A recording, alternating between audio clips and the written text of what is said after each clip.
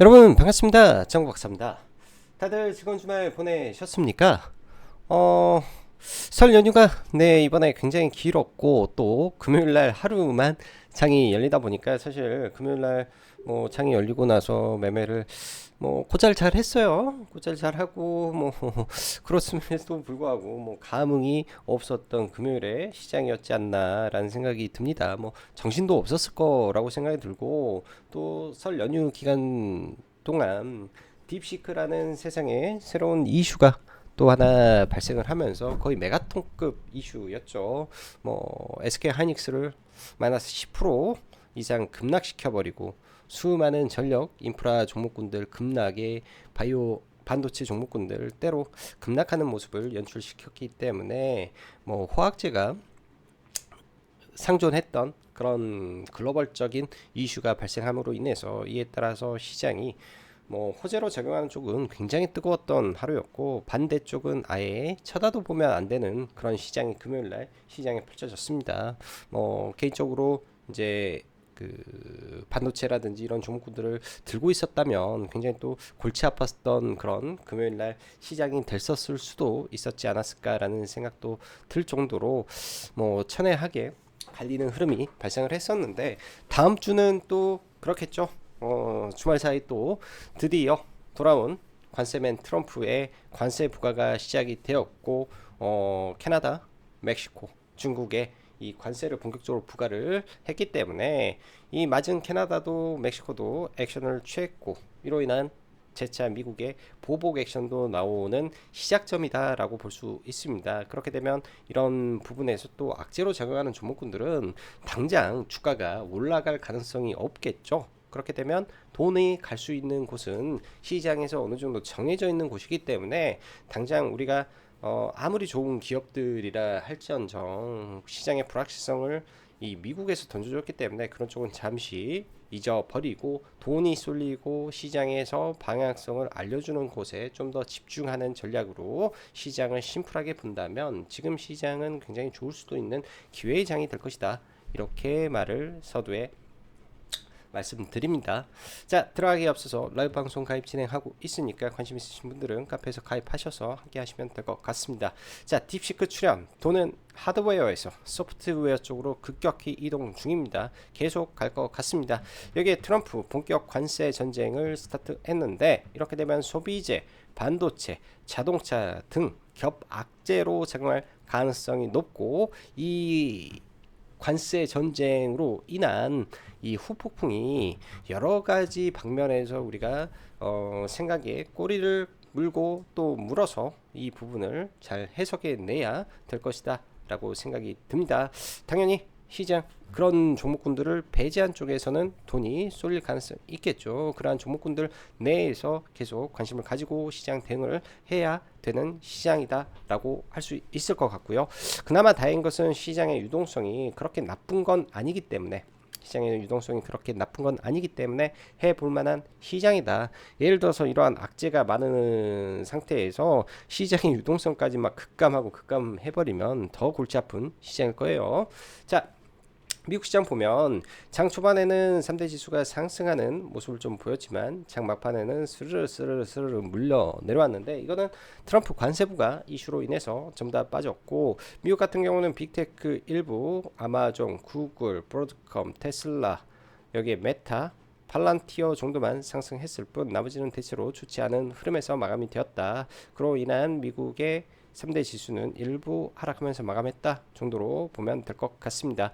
설 연휴 발생된 딥세크 출현으로 인한 시장의 변화, 금요일 시장을 강타하면서 화학재가 명확히 구분이 되었던 금요일 시장이었습니다. 딥시크가 80억 들여서 오픈 AI 거를 중류했던 그건 개인적으로 전혀 중요하지 않은 일이라고 생각을 합니다.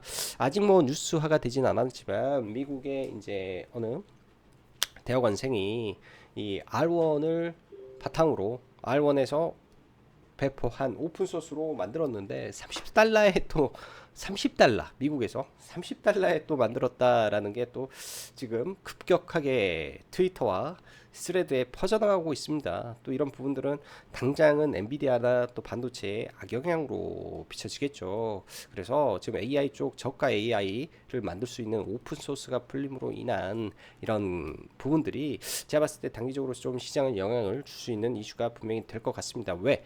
글로벌 전체가 지금 쳐다보고 있기 때문이지 않나 이렇게 보면 될 것 같고, 가장 중요한 거는 우리는 연구자가 아니라 돈을 벌기 위해서 시장을 바라봐야 되기 때문에 어떠한 사건이 발생했을 때 시장의 자금이 어디로 이동하는지 이동 경로를 파악하면서 편승하면 그만이다 이렇게 생각합니다.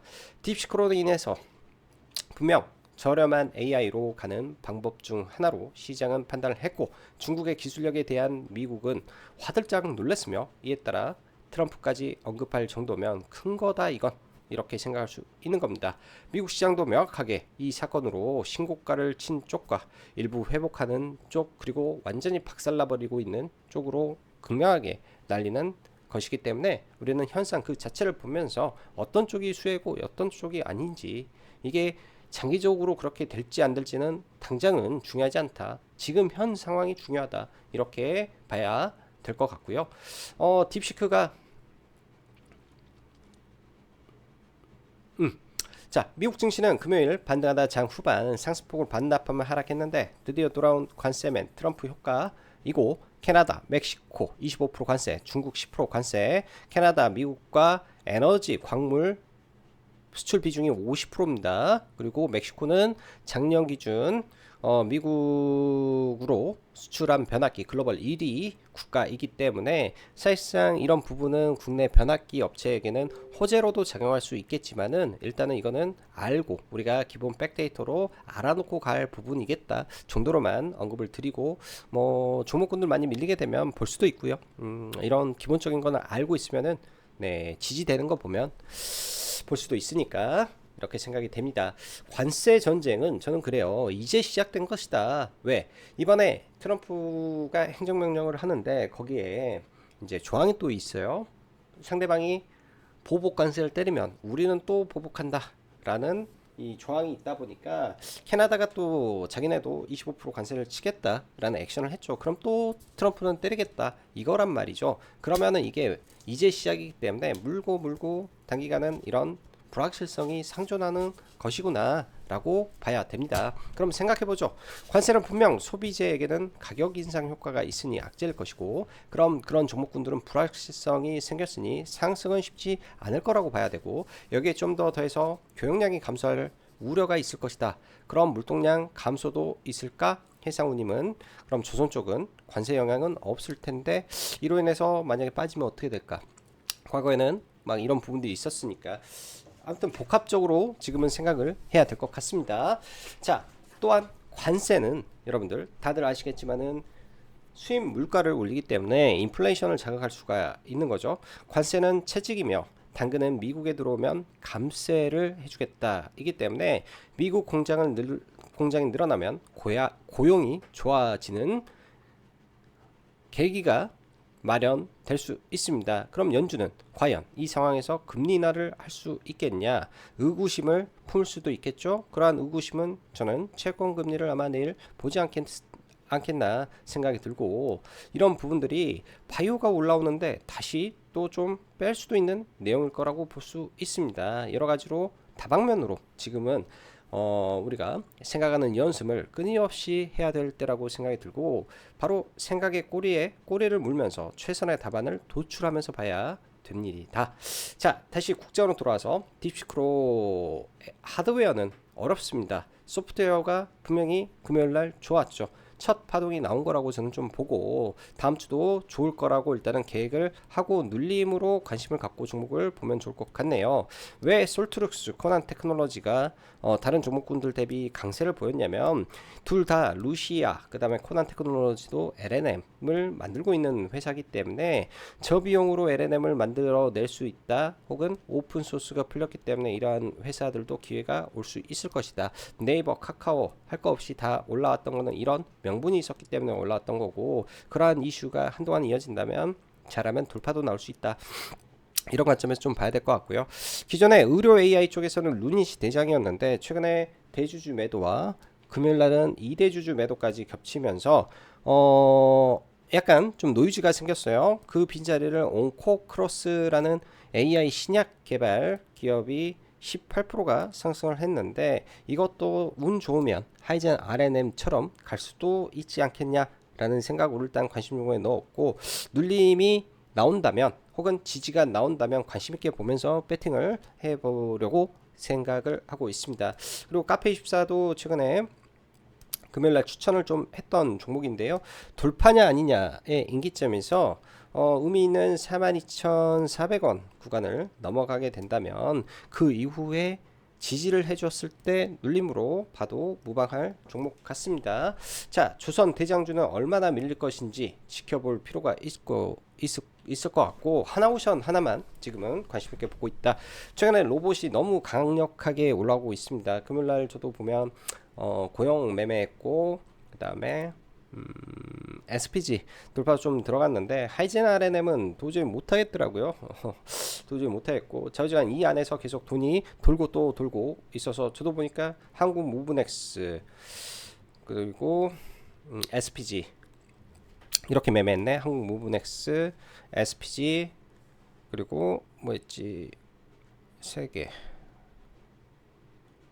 로보티즈 이렇게 매매를 했네요. 금요일날 보니까 그러니까 대부분 로봇으로 매매를 하고 있다. 자, 종목군들 보면서 넘어가죠. 시간에는 의미 있는 종목이 많이 없었고요. 또 장 끝나고 제가 작성하는 기간 동안 대한고래 관련된 이슈가 좀 나왔는데 그것도 종목을 한번 보도록 하겠습니다.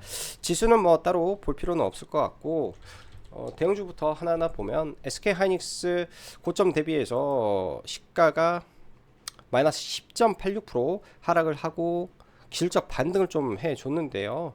이런 구간에서, 그러니까 여기서 지지를 받았던 구간에서 좀 밀렸다가 기술적 반등을 좀 세게 해봤자 3% 하고 다시 밀렸는데, 지금 구간에서는 좀 제가 볼 때는 좀 애매하다. 이 아일랜드 갭으로 악재가 나온 거기 때문에 기술적 반등을 하더라도 맞고 다시 떨어질 수도 있으니 차라리 SK 하이닉스를 본다면 하단에서 보는 게 좀 유리하지 않을까, 이런 생각이 좀 들고요. 나머지 반도체 종목군들은 딱히 지금 볼만한 게 전혀 없기 때문에 당분간은 보지 않을 것 같습니다. 자, 로봇에서 램보 로보틱스, 삼성전자 콩콜 키워드를 달고 콩콜에서 로봇이 언급되자마자 급격하게 좀 올라와 버리는데, 뭐 지금 시가총액이 5조 8천억 30만원을 넘겨놓은 상태죠. 나중에 또 조정 이후에 그냥 지금 여기 보이는 27만원 이 기준점만 놓고 여기서 지지해주면 뭐 눌림으로 좀 보겠다, 이 정도에서만 좀 봐야 될 것 같습니다. 급등하는 종목이요, 다시금 올라와서 이 볼벤 상단을 맞으면 저항이 될 확률이 매우 높습니다. 올라가더라도 매물 소화 과정을 거치고 올라가야 되기 때문에 연속 급등은 쉽지 않아 보인다. 하이젠 RNM도 단기에 너무 쐈죠. 올라있는 상태에서 장대 양봉 2개, 설사 올라가더라도 이격을 축소해야 될 부분이 있겠다. 대장주로 올라왔기 때문에 한 번에 안 죽으니까 변동성은 줄 가능성이 높다. 지금 로보티즈가 신고가 돌파는 하지 않은 상태에서 지금 움직이고 있는데요. 신고가 돌파를 하지 않은 상태에서 움직이고 있는데, 지금 보면 여기 윗꼬리 근처에서 일단은 저항을 맞은 거죠. 이때 저항이 많았던, 그리고 음봉의 시가 구간 이 자리에서 저항을 맞는데, 이런 자리는 매물이 많습니다. 그래서 이렇게 했다가 나중에 이렇게 돌파가 나온다면 그때 봐볼 것 같고요. 여기에서 제가 봤을 때 매물 소화 과정은 일부 필요해 보이지 않을까, 이런 생각이 듭니다. 그래서 대체적으로 로봇주들이 상당히 높아요. 아직 로봇주에서 좀 못 올라간 게 시메스라는 로봇 회사가 있는데, 이거 같은 경우도 로봇 소프트웨어 기업이고 쿠팡, LG 에너지 솔루션 등등 대기업에 납품하고 있는 로봇 소프트웨어 쪽인데, 혹여나 소프트웨어 쪽에서 움직임을 보인다면 이 종목도 관심은 있게 볼 필요는 있어 보입니다. 의미 있는 구간이 어딘지만 대충 체크만 해놓고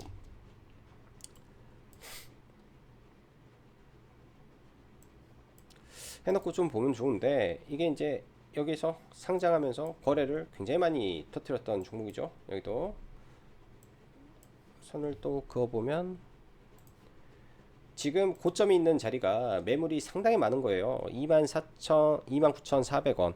그러니까 지금 종가가 29,300원. 금요일 날 고가가 29,300원인데 이 상장하면서 만들어졌던 이 고점 구간들,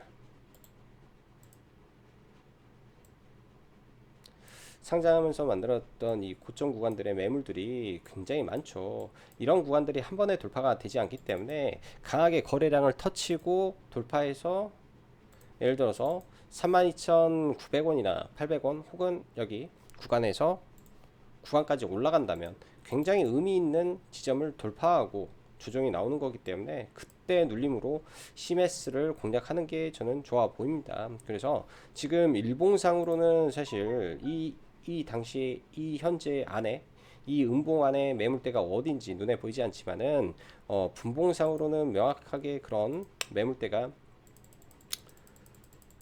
눈에 보이기 때문에 이 매물대가 눈에 보이기 때문에 여러분들도 이런 종목을 매매할 때는 이 매물대를 먼저 설정해 놓고 강하게 돌파하는 거래량 시그널이 나온 다음에 눌림에서 각각의 포인트를 넘어가는지 체크를 하면서 좀 보면 좋을 것 같다 생각이 듭니다. 그래서 뭐 이 종목 하나 보고요. 금요일날 보면 네이버도 굉장히 강하게 올라왔고 최근에 이렇게 연말에 굉장히 네이버도 저점 대비해서 상당히 많이 올라온 상태에서 다시금 고점을 트라이하는 대량 거래 장대 양봉과 1,500억 가까운 수급을 동반한 상승이 좀 나오면서 굉장히 강한 흐름을 좀 보여줬는데요. 네이버뿐만 아니라 솔트룩스 그리고 코난 테크놀로지 전부 다 차트가 동일한 형상 안에서 움직이고 있다라는 게 핵심입니다. 이런 종목군들 안에서 그나마 솔트룩스가 저는 조금 더 좋아 보이고요. 이런 직전 고점을 넘기는 흐름이 나오는 거 체크를 해볼 필요가 있다 생각이 드네요. 기간적으로도 2달 정도 조정을 받은 상태에서 의미 있는 고점 구간에서 당연히 조정을 받은 것이고 단봉이라든지 며칠 정도 조정을 받고 돌파하는 흐름이 나왔을 때는 위로는 올라가더라도 얼마 이 고점의 길이가 최소한 10% 정도는 나오기 때문에 여기서 눌림에서 들어가면 이 고점까지만 먹어도 15% 정도의 이 상승 가능 구간이 존재합니다. 그래서 그거를 바탕으로 종목을 좀 봐도 무방한 종목이 되지 않겠냐 생각이 들어요. 이것도 또 마찬가지로 여러분들 의미 있는 저항을 돌파할 때 이 위에서는 완벽하게 돌파하면 눌림으로 보는 거고 아직은 완벽하게 돌파를 하지 않았기 때문에 장중 조정이 어느 정도 나오는지 체크하면서 볼 필요가 있어 보입니다. 그래서 솔트룩스도 함께 보시면 좋을 것 같고요. 저는 제가 볼 때는 이렇게 고점이 많은 구간들 체크를 해놓고 봐볼 것 같아요. 이런 자리들 체크를 해놓고 혹여 이 음봉 위에 26,400원이라든지 이렇게 선을 하나 그어놓고 한번 봐볼 것 같습니다. 지금은 시장에 돈이 이쪽에 쏠려 있기 때문에 봐야 된다 좀 보여주고 고영이라는 종목은 지금 상승 추세가 여전히 유지된 가운데 2월 4일날 IR이 진행이 되는데요. 단기에 그 IR에 대한 기대감으로 투자 경고에도 불구하고 한 차례 쏘아버릴 수도 있는데요. 만약에 쏘게 된다면 당연히 이 앞에 저항을 돌파하면서 올라가야 된다. 그럼 얘가 올라와서 저항을 막고 밀렸다가 다시 뚫을 때 본다든지 아니면 밀렸을 때 그러한 기대감이 남아있기 때문에 5일선과의 이격이 줄어드는 5일선 구간에서 본다든지 이런 전략으로 보면 좋을 것 같고 2월 4일날 재료가 나와버리면 또 아무것도 없다 혹은 기대감이 있었는데 그거에 미치지 못하는 내용이 나올 수도 있기 때문에 그 이후에는 일단은 시장의 움직임을 확인하고 봐야 될 거라고 생각이 듭니다. 이 구간을 보면 여러분들도 아시겠지만 매물이 상당히 많은 권역에 들어가게 돼요. 18,000원 여기를 뚫게 되면 이슈나 호재 재료로 뚫게 되면 좀 더 갈 수는 있겠지만은 그러지 못하면 이런 구간에서는 빠질 수 있으니까 그런 점 봐야 되고 온코크로스 자 의료 AI 관련된 종목이고요. 상장 당시에도 청약률이 1500대 1 증거금 1조 8천억, 1조 7천억이 들어왔을 정도로 굉장히 인기가 많았던 종목입니다. 쭉 밀렸다가 일단 여기에 저항이 많은 구간에서 매물을 일단 한번 테스트하고 좀 밀렸는데요. 만약에 빠지게 되면 여기 의미 있는 자리죠. 이렇게 깨지고 빠졌다가 올라왔는데 다시 깨졌던 자리를 다시 탔다. 그럼 12,300원이라든지 이런 구간들이 지지가 된다면, 아래 걸 잡고 올라간다면 그 기대감에 주가를 올릴 수도 있는 거기 때문에 지금은 관심 종목 선에서 봐놓고 봐야 됩니다. 의료 AI 쪽에서 종목이 기존 같으면 3빌리언즈, 3빌리언 시스템이 아니구나. 3빌리언이 올라갔을 건데 얘는 조금 좀 지지부진한 흐름 속에서 있는 거고, 이 친구도 상장 당시 시가를 훼손하지 않는다면 한 차례 더 추가 상승 가능성은 있어 보이고, 루닉 같은 경우에는 대주주 이슈가 나오다 보니까 조금 아쉬운 흐름이다.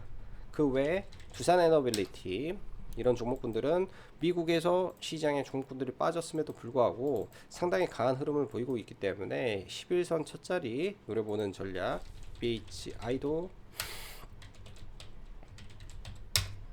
11선 첫 자리 정도 노려보는 전략 저는 괜찮을 것 같습니다. 저는 금요일날 회원님들 플루토 추천드렸고요. 플리토 추천드렸고, 장 막판에 밀리면 잡으라고도 말을 했기 때문에 이런 구간들 저는 매매를 높은 구간에서 좀 들어왔던 것 같아요. 이거는 여기서 들어왔고요. 여기서 들어와서 이렇게 상따했다가 팔고, 여기서 잡아서 한 이 정도 다 팔고, 그 다음에